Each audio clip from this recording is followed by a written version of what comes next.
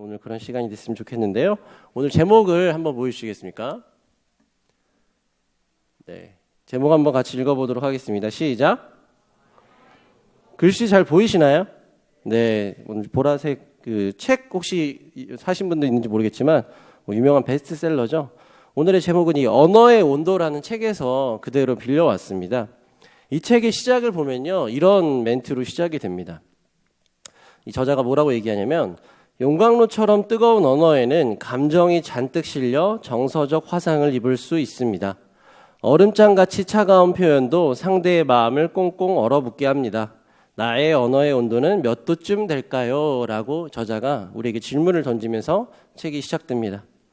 여러분, 나의 언어의 온도, 여러분의 언어의 온도는 몇 도쯤이라고 생각하시나요? 우리 이따가 또 GBS 시간에 한번 이 질문에 대해서 아이스 브레이킹처럼 한번 나눠볼 텐데요. 뭐 어제도 이제 같이 한번 엘더들이랑 잠깐 나눠봤지만 36.5도 이런 얘기도 나오고 1200도였나요? 1200도와 영하 막 20도 막 이렇게 내려갈 때도 있고. 네. 한웅이 어디 있죠? 네, 잘하세요. 제가 누구라고는 말씀 안 드리고요. 영하 20도로 내려갈 때도 있다고 합니다. 잘하시고. 네. 감사합니다. 아무튼 우리가 이렇게 서로 농담처럼 얘기도 하긴 하지만 따뜻한 말을 할 때도 있고 차가운 말을 할 때도 있다, 이런 얘기죠. 여러분, 우리가 하루 중에 말을 많이 합니다. 1000마디 이상을 한다고 하죠, 통계적으로 봤을 때. 근데 우리가 말을 많이 할 때 그 들어주는 사람은 그때그때 달라요.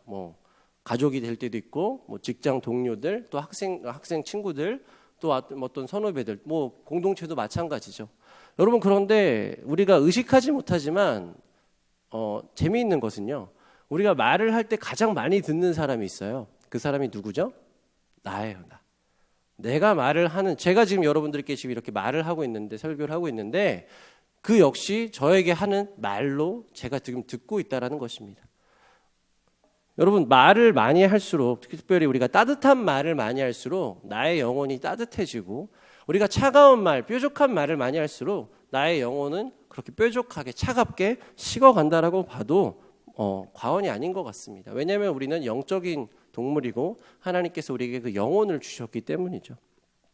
오늘 우리 잠언이 본문을 통해서 내 언어의 습관을 한번 돌아보고, 또 우리 제목처럼 나의 언어의 온도는 과연 몇 도쯤일까? 내 언어가 어떻게 하면 따뜻해질 수 있고 포근하고 다정한 말로 변할 수 있을까를 같이 한번 고민해보는 시간이 됐으면 좋겠습니다.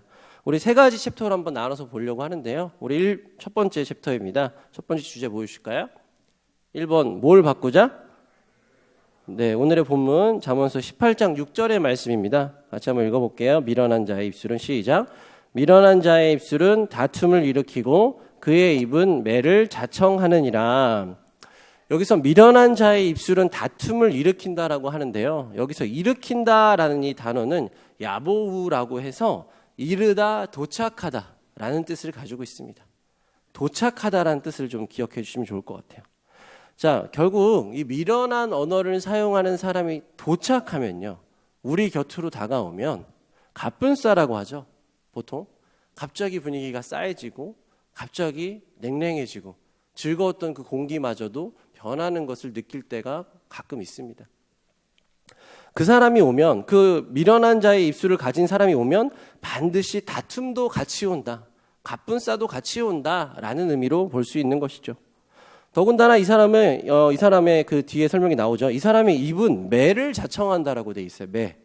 자, 여기서 자청하다라는 것은 부르다, 간구하다라는 뜻입니다. 매 이쪽에 있어, 매 일로 오세요. 회초리 이쪽으로 오세요. 이렇게 부르고 있는 것이죠. 회초리를 큰 소리로 매를 부르고 있는 것입니다. 여러분, 이 회초리를 부르면 어떻게 될까요? 회초리 저는 어렸을 때 많이 맞아봤는데, 회초리 맞죠? 당연히 맞으면 아픕니다. 그런데 다른 사람만 상하게 하는 것이 아니라 나 역시, 본인 자신도, 나 스스로도 그 회초리에 상하게 된다라는 뜻을 가지고 있는 거예요.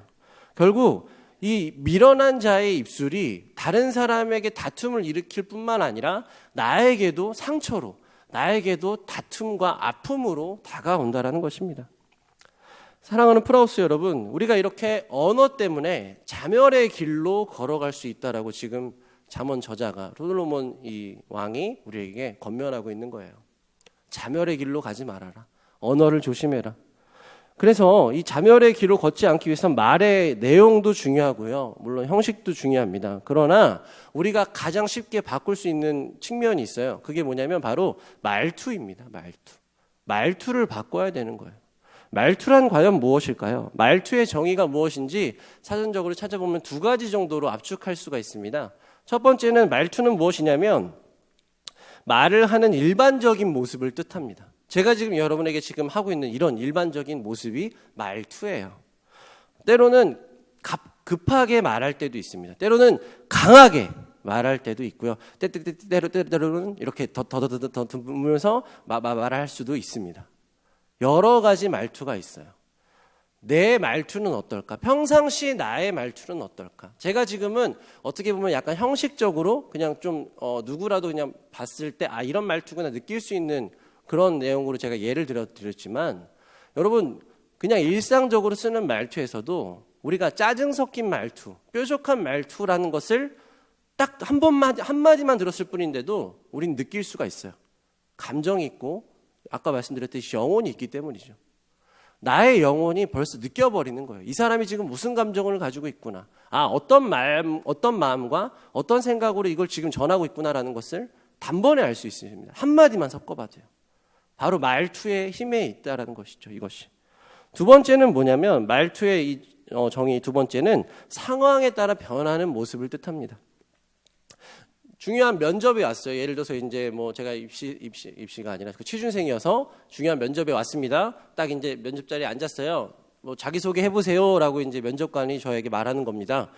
그러면 이렇게 뭐 안녕하십니까? 뭐 저는 뭐 몇 년생 뭐 전공했고 뭐 하는 최인호입니다. 이렇게 얘기할 수 있지만 갑자기 뜬금없이 What's up? 뭐 아니면 뭐 요즘 팽하 요즘에 뭐 하잖아요. 푸하라고 하죠. 우린 또 이렇게 갑자기 뜬금없이 친구들에게 하듯이 이렇게 갑자기 인사를 하지는 않는다라는 것이죠. 이상하잖아요. 누가 봐도. 제정신이 아닌 것이죠. 말투가 상황에 따라서 변할 수 있어야 된다라는 것입니다. 뭐 반대로 친구들과 뭐 만나는 편한 자리에 왔어요. 그래서 뭐 아까 말했던 뭐 푸하든 뭐 팽하든 뭐라고 왓썹이든 뭐라고 인사해도 상관없는 자리입니다. 그런데 갑자기 딱 자리를 잡고 90도로 허리를 숙이면서 기체 후 일학 만강하셨습니까? 너무너무 보고 싶었고 너무너무 그리웠습니다 라고 친구들에게 이야기한다라면 얼마나 이상해요. 사람이 참 생뚱맞죠. 이렇게 각 그 상황에 따라 변하는 것이 말투고요.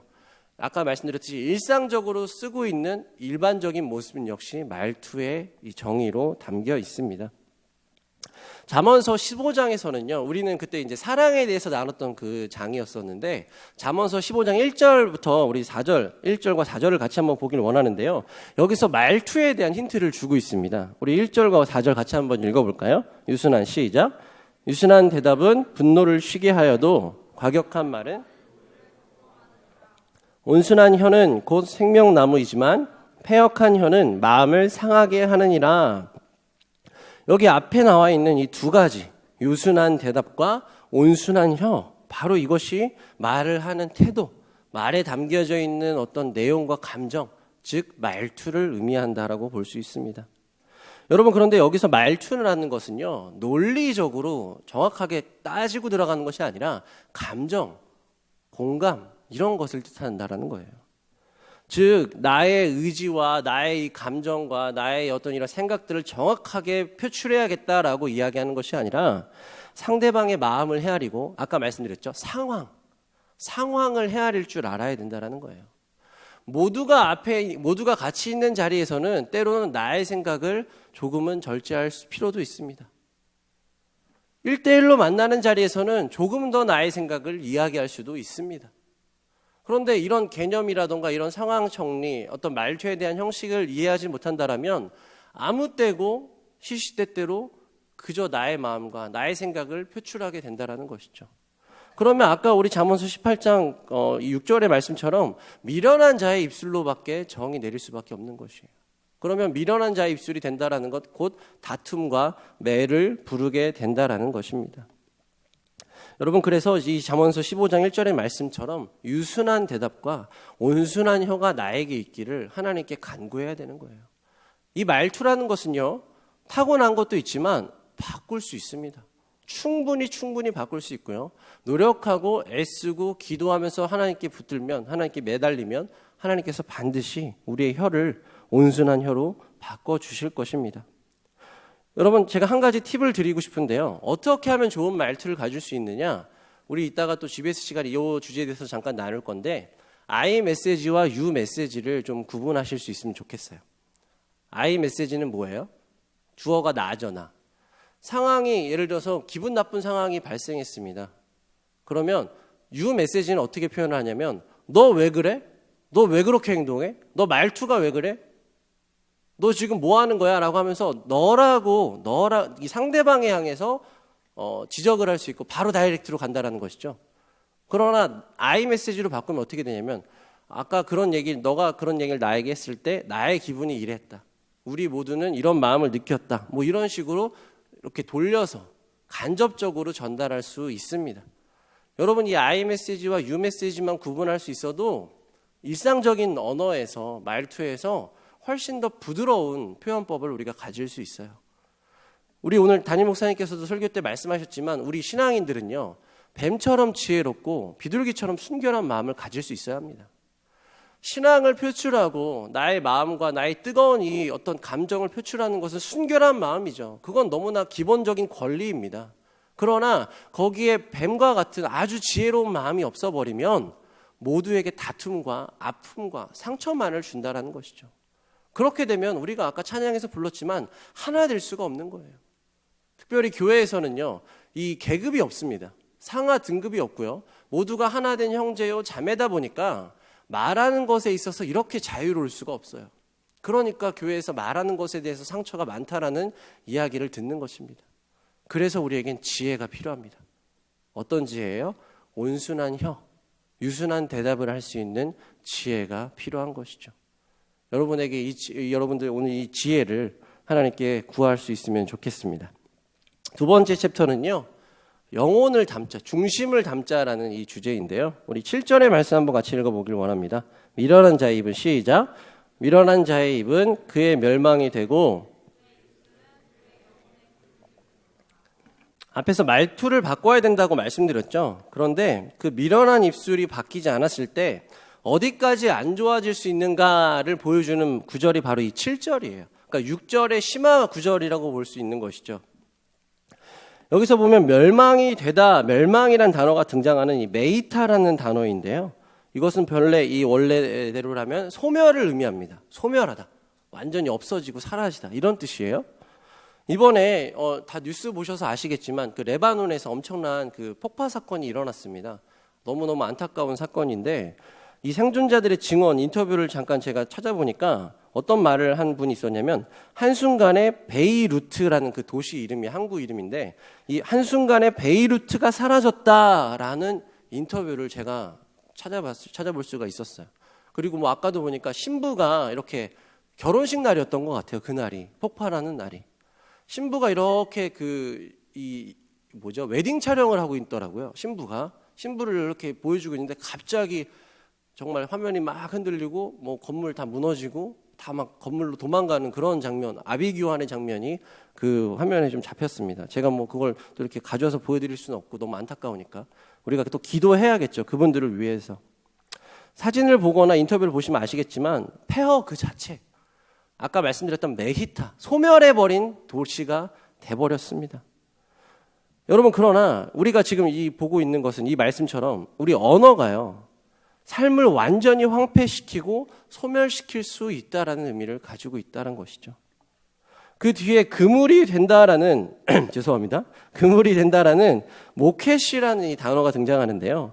이 그물, 이 원래 뜻은요, 사냥꾼이 설치해 놓은 올가미, 덫, 우리 뭐 쥐덫 이렇게 뭐 이렇게 만화나 영화 보면 나오잖아요. 그런 덫을 의미합니다. 사냥꾼은 뭐 하는 사람이에요? 사냥꾼 뭐 하는 사람이죠?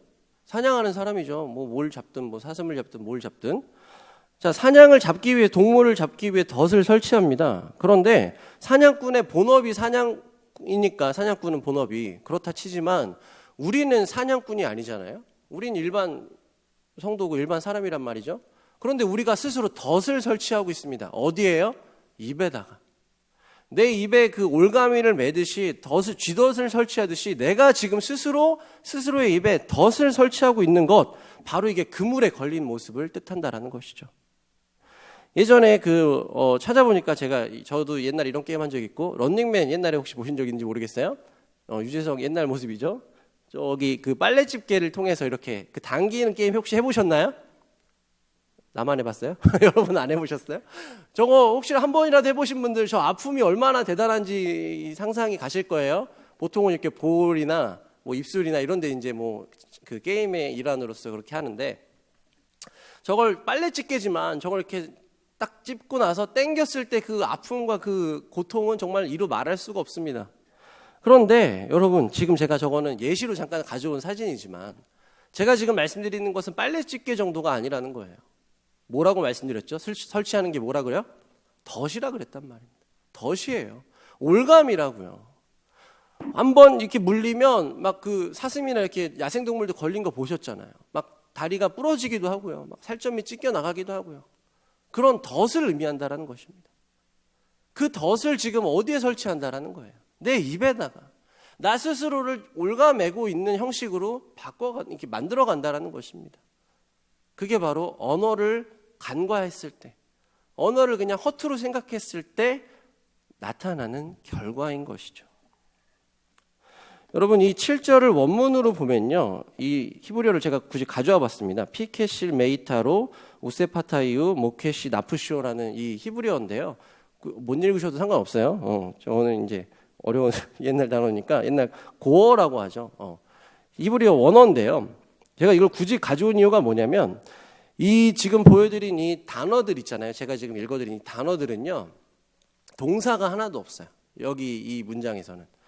이 지금 우리 뭐 한국어로 번역을 했기 때문에 뭐 미련한 자 입은 멸망이 되고 뭐 그물이 된다 뭐 이런 식으로 이제 번역을 그렇게 해놓은 거지만, 원어로 저 문장을 보면요, 저 문장은 모두 명사로만 이루어져 있습니다. 명사로만. 이게 무슨 뜻이냐면, 히브리어에서 보통 동사가 들어갈 때가 많아요. 동사가 들어갈 때가 많은데, 동사가 들어간 구절들은요, 동적인 상태, 점진적인 상태를 의미하면서 계속 변하는 것을 의미합니다. 우리 신앙이 점점 자라가고 또 우리 신앙이 점점 뭐 뜨거워지고 이런 것처럼 변하는 상태, 동적인 상태를 이 동사로 표현을 하면요, 명사는 어떤 거냐면 멈춰 있다라는 거예요. 그리고 고정되어 있습니다. 이 잠언 저자가 굳이 이 구절을 7절을 명사로만 어떻게 보면 우연으로 이렇게 써놓은 것이 아니라 의도적으로 이렇게 표현했다고 할 수 있어요. 왜냐하면 고정적이고 멈춰있고 반복적으로 나타난다. 무슨 뜻이에요? 습관이란 뜻입니다. 7절에 소멸하는, 멸망하는 나의 언어 습관은요, 가끔 나타난다라는 게 아니에요. 아까 말씀드렸죠. 6절에서의 다툼을 일으키고 매를 부르는 그 사람들, 그 언어를 가진 습관을 가진 사람들, 그런 사람들이 혹시 우리 주변에 있다라면 한번 잘 생각해 보세요. 그들의 말에서 뭐 저도 많이 있습니다. 저도 그런 실수를 많이 할 때가 있는데, 항상 내가 넘어지는 부분은 같은 부분이에요. 예를 들면 저는 예전에 어떤 모습이 많았었냐면, 지는 걸 참을 수가 없는 거예요. 지는 걸. 승부욕에 불타서 제가 별명이 없었던 사람이거든요. 근데 중학교 때 처음으로 별명이 생겼어요. 목숨건이라고. 왜 목숨건인지 아세요? 목숨 걸고 뛴다고. 축구할 때 우리 형제들 많이 저희가 요즘에는 그렇지 않습니다. 나이도 많이 먹었고 요즘엔 그런 게 없어졌는데, 중학교 때 20대만 하더라도 아주 승부욕에 불타서 막 목숨 걸고 정말 뛰는 거예요. 그리고 지는 걸 참을 수가 없습니다. 제가 넘어지는 부분은 항상 그 부분이었어요. 지는 거.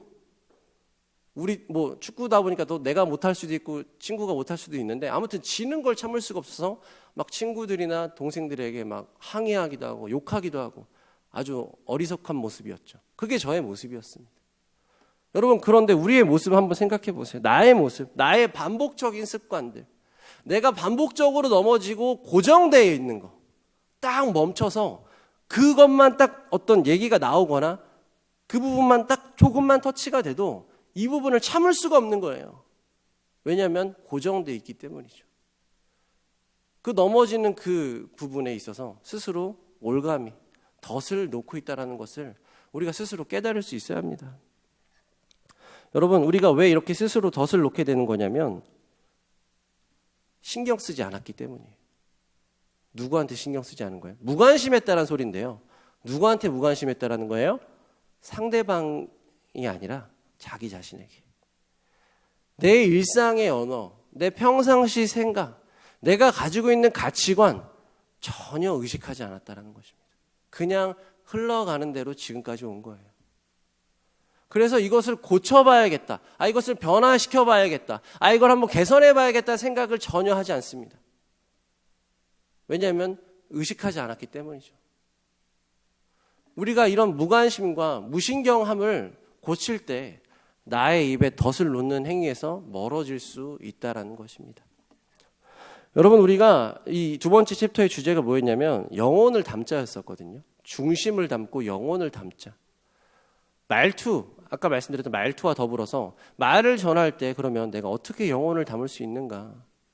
어떻게 무신경하지 않을 수 있는가? 우리가 말을 할 때 나의 모습을 한번 같이 떠올려 봤으면 좋겠어요. 여러분 혹시 메라비언의 법칙이라고 혹시 들어보신 적 있는지 모르겠어요. 이 법칙은요, 1971년에 엘버트 메라비언, 이 미국 학자인데요. 이분이 발견한 법칙이에요. 의사소통, 커뮤니케이션을 할 때 나타나는 이 통계적으로 봤을 때 모습을 한번 이렇게 그래프로 나타내 봤는데, 시각적인, 제가 지금 막 이렇게 몸짓을 하죠. 막 행동을 하고, 막 어깨를 으쓱하기도 하고, 뭐 아니다 이렇게 손짓할 수도 있습니다. 이런 것들, 시각적인 효과들이 55% 이상이고요. 그다음에 음색, 청각적인, 아까 말투가 여기 들어갈 수 있어요. 야, 너 왜 그래? 라고 뭐 이렇게 뾰족하게 이야기할 수도 있고요. 너 왜 그래? 라고 루즈하게 정말 다운돼서 이야기할 수도 있고요. 아무튼 이런 청각적인 이런 특징이 이 38% 정도, 그리고 내용만 봤을 땐 7% 정도의 의미를 담고 있었다라고 하죠.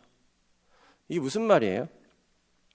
예를 들어서 제가 지나가다가 어깨를 이렇게 우리 부딪힌 거야. 어떤 뭐 모르는 사람이랑 부딪혔습니다. 뭐 지나가다 그럴 수도 있죠. 특별히 요즘같이 막 마스크 끼고 코로나 때문에 서로 막 날이 서 있을 때 이렇게 터치하는 것 자체가 너무 민폐잖아요, 서로. 근데 아무튼 부딪혔다고 가정해 보는 거예요. 제가 뭐 휴대폰 보다가 스마트폰 보다가 뭘 보고 부딪힌 거죠. 제 잘못이에요. 근데 이 부딪힌 상황 자체가 너무 짜증이 나는 거예요. 제가 막 이거 뭐 예를 들어서 뭐 예능을 보고 있었는데 너무 집중하고 있었는데 이 사람 부딪히면서 막 서로 시비가 붙은 거죠. 제가 사과를 해야 돼요. 근데 저도 짜증이 난 거예요. 그러면서 미안합니다라는 말을 하는데 어떻게 표현하냐면, 미안합니다. 죄송합니다. 죄송합니다. 라고 한다라면 이게 누가 이걸 사과로 받아줄 수 있을까요? 제가 좀 이 과정에서 말씀드리는 거예요. 연기를 좀 못해서 죄송한데 좀 봐주세요. 이 미안한 마음, 안타까운 마음을 담아야 될 때는 우리 보통 포즈가 어떻게 돼요? 여러분 혹시 뭐 상사라던가 가족의 어른들이라던가 뭐 선생님이라던가 이렇게 우리 예전의 모습을 떠올려 보면 윗분들에게, 어른들에게 행동할 때 우리 행동이 어떻게 돼요? 보통 벌써 이렇게 손이 좀 이렇게 모아지지 않습니까? 약간 이렇게 살짝 굽혀지고요. 거기서 죄송하면 더 이렇게 굽혀집니다. 그러면서 죄송합니다. 제가 잘못했습니다. 이런 식의 자세가 나올 수밖에 없어요. 뭐 꼭 윗사람이 아니더라도 정말 내가 사과해야 되고 내 미안한 마음을 전해야 될 때는 자세라던가 이 말투, 억양, 또 나의 표정, 이런 것들이 모두가 어우러지면서 내용에 담기는 것이죠. 죄송합니다. 미안합니다. 이게 모든 것이 어우러졌을 때 진정한 영혼을 담는 것이고요. 진정성을 담을 수 있다는 거예요. 그런데 말로는, 예를 들어서 우리 지금 여기 지금 예배를 드리고 있으니까 설교 시간에 또 나눔 시간에 맞아요, 제가 믿어요, 제가 믿습니다라고 해야 되는 부분이 있습니다. 근데 제가 믿어요. 저 예수님 믿습니다. 이것과 저 정말 예수님 믿습니다. 이것과 별반 차이가 없나요? 똑같나요? 연기를 못하네요, 되게. 죄송합니다. 아무튼 좀 과정에서 제가 말씀드리고 있지만 진정성을 담기 위해서는요, 나의 이 모든 것들이 같이 어우러져야 된다는 것이에요. 시각적인 것도, 청각적인 것도, 또 내용적인 것도. 그랬을 때 영혼을 담아서 언어를, 이 의사소통을 할 수 있고요. 말투와 중심이 연결되어서 아까 말씀드렸던 유순한 대답과 온순한 혀를 가질 수 있는 사람으로 변해갈 수 있다는 것입니다. 그리고 이제 세 번째 챕터에 드디어 왔어요. 이거는 모두가 지켜줘야 되는 아주 중요한 챕터까지 다가왔습니다. 우리 세 번째 같이 읽어볼까요? 다시 크게 시작. 우리 8절의 말씀입니다. 우리 같이 한번 읽어볼게요. 남의 말하기를 시작.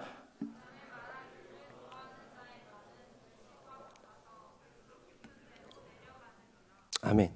우리 방송실 죄송한데 그 에어컨 좀 켜주세요. 예, 밖에 나가면 에어컨 있으니까 부탁드리겠습니다. 자, 남의 말을 좋아하는 자의 말은 무엇과 같다라고 되어 있어요? 별식이라고 되어 있습니다.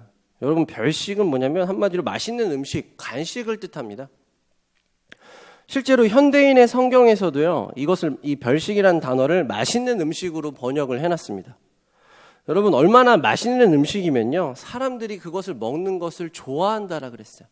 즐겨하고 사모한다라 그랬습니다. 여러분, 이 별식이 뭐예요?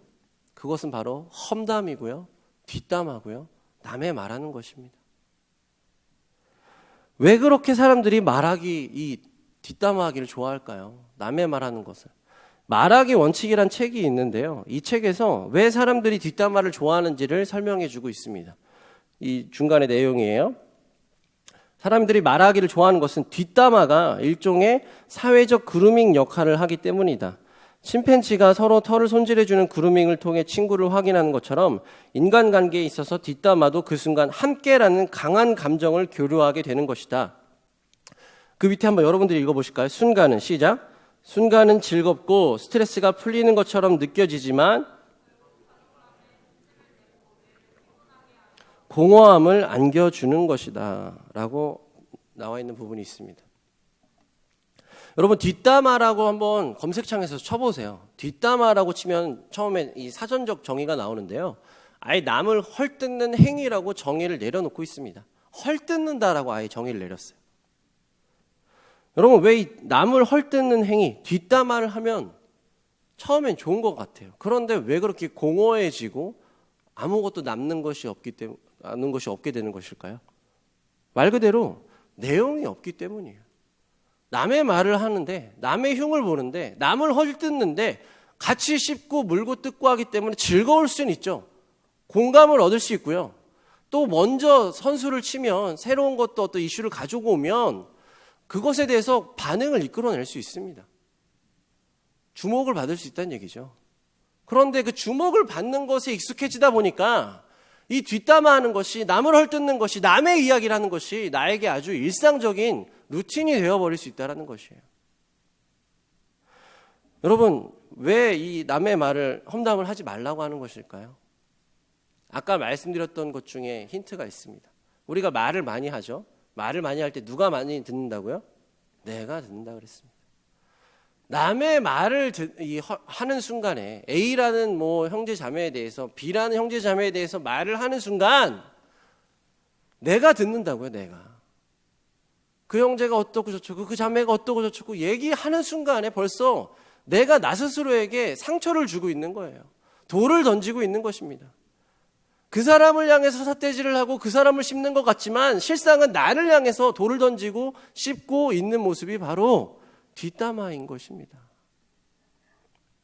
여러분, 이런 내용을 계속해서 듣는다고 생각해 보세요. 반복된다고 생각해 보세요. 하루가 멀다 하고 나에게 쌓여가는 이런 네거티브한 영향들, 내 영혼에 좋을 리가 없습니다. 당연히 상처투성이, 아픔투성이가 될 수밖에 없죠. 그러는 동안 내 영혼이 어떻게 된다고요? 점점점 잠식되어 갑니다. 아픔과 고통과 슬픔과 죄로. 그래서 내 영혼의 상태가 올바르지 못하다. 너희들의 영혼의 상태를 통해서 너희들의 말이 나온다라고 얘기하신 분, 예수님이에요. 예수님이 뭐라고 얘기하시냐면 이 영혼의 상태에 대해서 마태복음에서 이렇게 말씀하십니다. 이 바리새인들에게 말씀하시는 이 내용을 잘 들어보세요.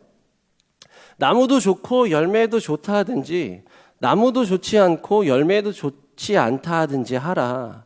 그 열매로 나무를 아느니라. 독사의 자식들아, 너희는 악하니 어떻게 선한 말을 할 수 있느냐. 이는 마음에 가득한 것을 입으로 말함이라 라고 이 바리새인들을 질책하는 장면입니다. 여러분, 바리새인들이란 사람들이 어떤 사람인지 우리가 잘 알고 있잖아요. 지금 말로 하면 사역자, 성직자, 교수들 이런 사람들이에요. 말씀에 대해서 누구보다 능통하고요. 말씀을 너무너무 잘 외우고 있습니다. 613개나 되는 그 율법들을 모두 지키려고 하는 아주 철저한 자기관리의 대명사라고요. 그런 사람들에게 너희들에겐 선한 것이 아무것도 없다. 이 독사의 자식들아라고 질책하고 계십니다. 왜 말씀을 지키려고 노력하는 사람들에게, 왜 그렇게 하나님의 뜻이 이것입니다라고 주장하는 사람들에게 왜 그렇게 비난을 하시는 것일까요? 그들의 영혼을 보셨기 때문이죠. 영혼 속에 선한 것이 아무것도 없다 보니 그들이 말하는 것은 자기 위신과 교만과 자기 뽐냄, 그리고 멸시와 정죄밖에 없다라는 것입니다. 나는 이만큼 하는데 너희들은 왜 이걸 못하냐? 봐라, 난 이만큼 하는 사람들이다. 이 못난 사람들아 라고 일반 유대인들과 다른 이방인들을 그렇게 헐뜯고 비난했던 사람들이 바리새인들이란 것입니다. 여러분, 아무리 말씀을 많이 알고 율법을 외우고 있어도 영혼이 죽어 있으면 좋은 열매를 맺을 수가 없습니다. 절대로 맺을 수가 없어요. 그래서 주님이 처음에 말씀하신 부분이 뭐예요? 좋은 나무와 좋은 열매구나. 나쁜 나무와 나쁜 열매구나. 둘 중에 하나만 하라는 거예요. 나쁜 나무인데 선한 열매가 나오는구나. 말이 안 된다라는 것입니다. 반대로 선한 나무인데 나쁜 열매가 나왔구나. 그것도 말이 안 되는 거예요. 선한 나무에서는 선한 열매밖에 나올 수가 없고 나쁜 나무에서는 나쁜 악한 열매밖에 나올 수가 없습니다. 여러분, 이 열매가 무엇일까요? 바로 우리의 지금 이야기하고 있는 말과 행동과 생각, 나의 모든 표출되는 모든 것들입니다. 여러분, 내면이 악하면요 절대로 선한 열매를 맺을 수가 없어요. 내면이 약해지는 건 무엇이라고요? 아까 말씀드렸던 험담입니다.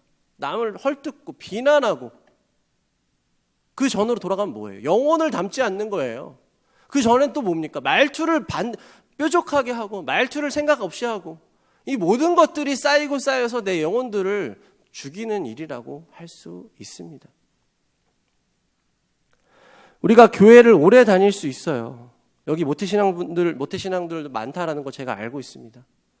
섬김을 많이 하는 분들도 많이 있고요. 봉사를 많이 합니다. 너무너무 귀한 손길들이 모여서 우리 교회가 이렇게 지금 하나님께 예배드릴 수 있고요. 많은 프로그램들과 훈련들을 진행할 수 있습니다. 여러분들 덕분이에요. 여러분, 당신의 섬김이 하늘의 새처럼 빛나리란 찬양처럼 여러분들의 섬김은 너무너무 아름답고 교회에 꼭 필요한 것입니다. 그런데 여기서 착각하면 안 되는 것이 뭐냐면 내가 아무리 섬기고 아무리 봉사를 많이 한다 한들 나의 내면이 그것으로 인해서 변하지 않는다라는 거예요. 오히려 내가 말씀을 하는 지식들과 경험들과 이런 것들이 쌓이면서 내 머리와 내 눈이 높아지는 거지 내 내면이 알아서 선하게 바뀌지 않습니다. 그러면 어떻게 되는 거예요? 내 눈이 높아지고 내 성경 지식이 많아질수록 어떤 일이 발생해요? 아까 말씀드렸던 바리새인과 같은 모습이 발생합니다. 나는 하는데 너는 왜 못해? 이게 당연한 건데 이 말씀에 나와 있잖아. 봐봐. 이걸 왜 못하는 거야 대체? 라는 행동이 나도 모르게 나올 수 있다는 거예요. 우리가 말씀을 알면 얼마나 알고 경험을 하면 얼마나 해봤을까요? 우리 모두는 악한 죄인이고요. 약한 피조물입니다.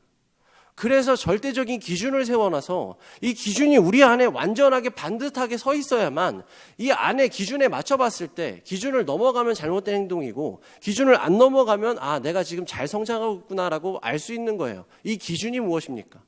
하나님의 말씀이고요. 예수 그리스도의 모습이에요. 예수님이 우리에게 보여주신 본이라고요. 누구도 예수님을 넘어갈 수 없고요. 누구도 예수님을 흉볼 수 없고요. 누구도 예수님을 흉내낼 수조차 없습니다.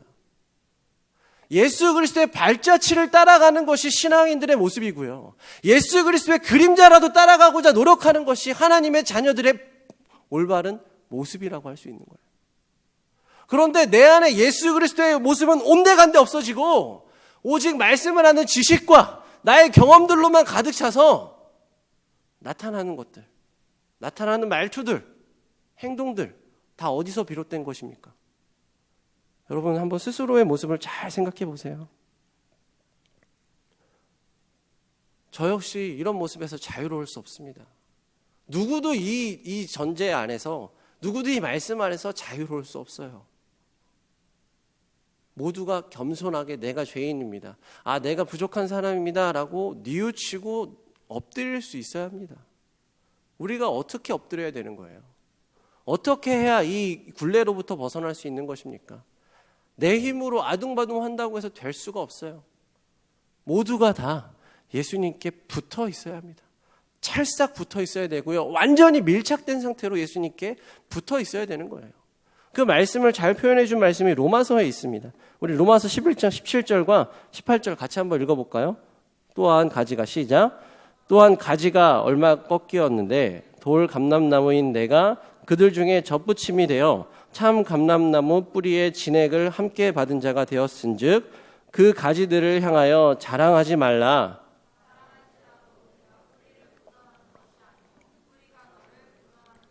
아멘. 여러분 여기서 돌 감람나무인 내가, 돌 감람나무는 우리들을 뜻하는 거예요. 나의 모습.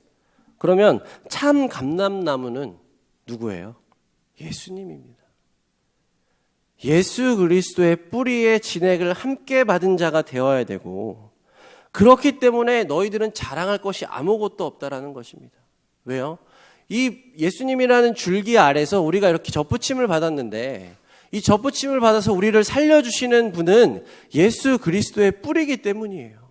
내가 뭘 섬기고 내가 뭘 봉사하고 내가 뭐 모태신앙이고 다 필요 없습니다.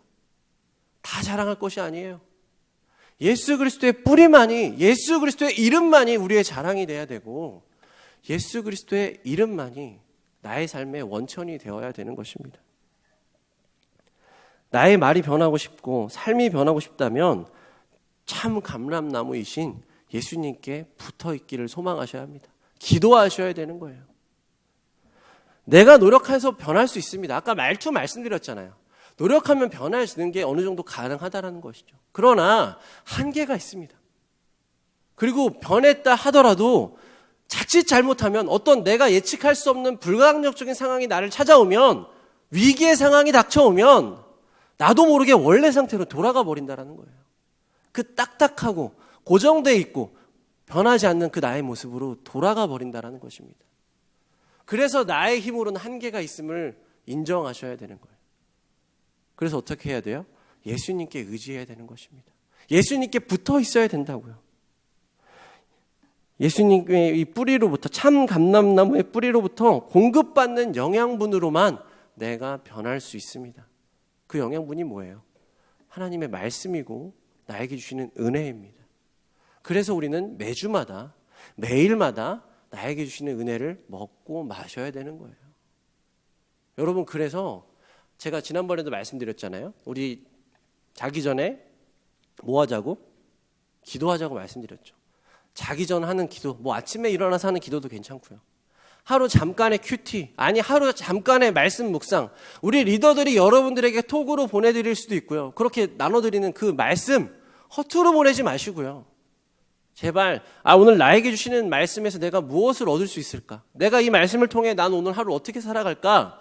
하루하루 주시는 말씀을 좀 먹어보세요. 하루하루 하나님과 기도함을 통하여서 하나님과 대화해 보시고요. 하나님과의 그 대화와 말씀을 통해서 예수 그리스도를 계속 볼 수 있는 고정력을 갖기를 원합니다. 다시 한번 말씀드려요. 내 힘으로 절대 되지 않습니다. 예수 그리스도의 이름과 예수 그리스도의 이 은혜, 하나님께서 주시는 은혜로만 이것이 가능해집니다. 이제 말씀을 마치겠습니다. 말씀을 마치면서 제가 사진 하나를 가져왔는데요. 저의 요즘은 잘 못하지만 취미 중에 하나가 뭐냐면 화분을 기르는 거예요. 제가 굳이 저기 그 사진에 그 날짜가 뜨거든요. 이 핸드폰에는 날짜가 뜨는데 2016년에 제가 저렇게 화분을 좀 길렀던 사진을 가져와 봤습니다. 왜냐면 저 때 저걸 경험해 봤기 때문이죠. 무슨 경험을 했냐면 2016년에 제가 작은 화분들을 이렇게 집에 이제 뭐 꽃집에서 사다가 이렇게 해서 이제 화분을 옮겨줬습니다. 작은 화분들에 좀 큰 화분들로 옮겨줬는데 저희 오른쪽에 보시면 좀 약간 이렇게 무성하게 자라난 화초가 보이실 거예요. 저거는 되게 뭐 이름도 모르겠어요. 저는 이름도 잘 모르고 키우는데 저 화초는 엄청나게 성장이 빠르더라고요. 다른 화초들이 조금씩 자라갈 때 저 친구는 막 급속도로 자라는 것입니다. 그래서 우리 화분 혹시 여기서 길러보신 분 있는지 모르겠는데요. 화분 잎이 막 많아지면 어떻게 되냐면 잎이 이렇게 축축 처집니다. 그러면서 막 땅으로 내려가요. 그래서 이것을 좀 방지하고 얘가 다른 화초로 넘어가는 것을 막아주고자 제가 길거리 집 주변에 버려져 있는 나뭇가지들을 주워왔어요. 그래서 지금 저기 지금 꽃꽂이 하는 저 모양이 그 나뭇가지들을 심어주고 있는 거예요. 지지대로. 그렇게 해서 저는 저 지지대들 그냥 이렇게 잘 심어주고 그 다음에 이제 물을 주고 그냥 햇빛에 놓고 그러고 이제 잊어버렸습니다. 가끔씩 이제 물을 줘요. 자, 몇 주가 지났는데 놀라운 일이 발생했어요. 화분들이 막 잘 자라는 것은 놀라운 게 아니고요. 저 버려져 있는 나뭇가지들, 지지대로 사용하려고 제가 그냥 버려져 있고 정말 썩어져 있던 그것들을 가져와서 심어놨단 말이죠. 그 화분에, 흙 속에. 그리고 물을 줬어요. 그래서 어떤 일이 발생했냐면 저 나무, 죽은 줄 알았던 나뭇가지들에서 잎이 나기 시작하는 겁니다. 여러분, 죽은 줄 알았던 나뭇가지예요. 겉으로 보면 썩어져 가는 것 같고요. 너무 형편없습니다. 누가 봐도 저거에는 소망이 없어요. 지지대로 사용하려고 가져왔다고요.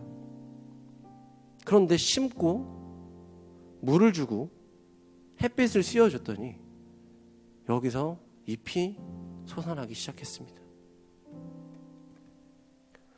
여러분, 이걸 통해서 제가 뭘 깨달았냐면 인간적인 눈으로 봤을 때 우리가 좀 계산할 수도 있잖아요. 판단할 수 있습니다. 아, 저 사람은 소망이 없어.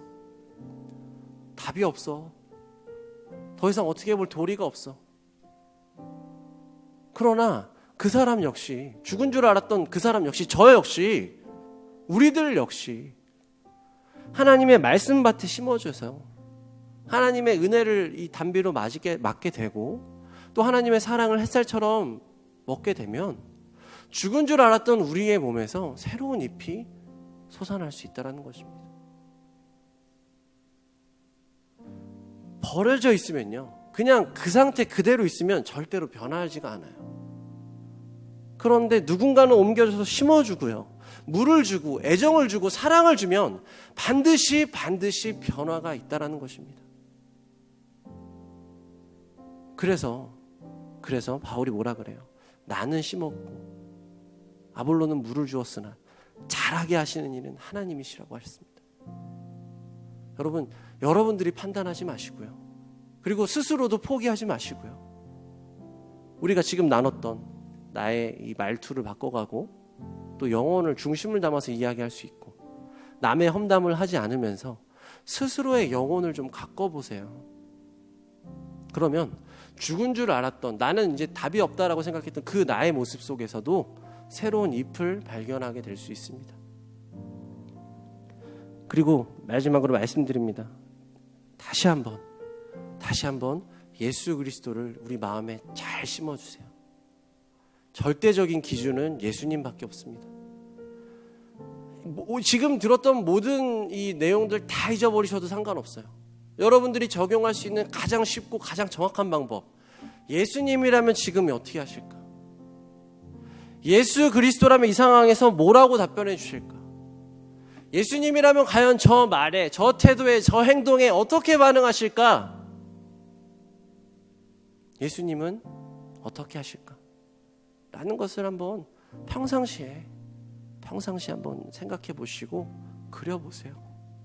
그러면 하나님께서 반드시 여러분들에게 그 예수님의 모습을 비춰서 답을 알려주실 거예요. 그 마음을 알려주실 것입니다. 그대로 행동하시면 되는 거예요. 그러면 오늘 제목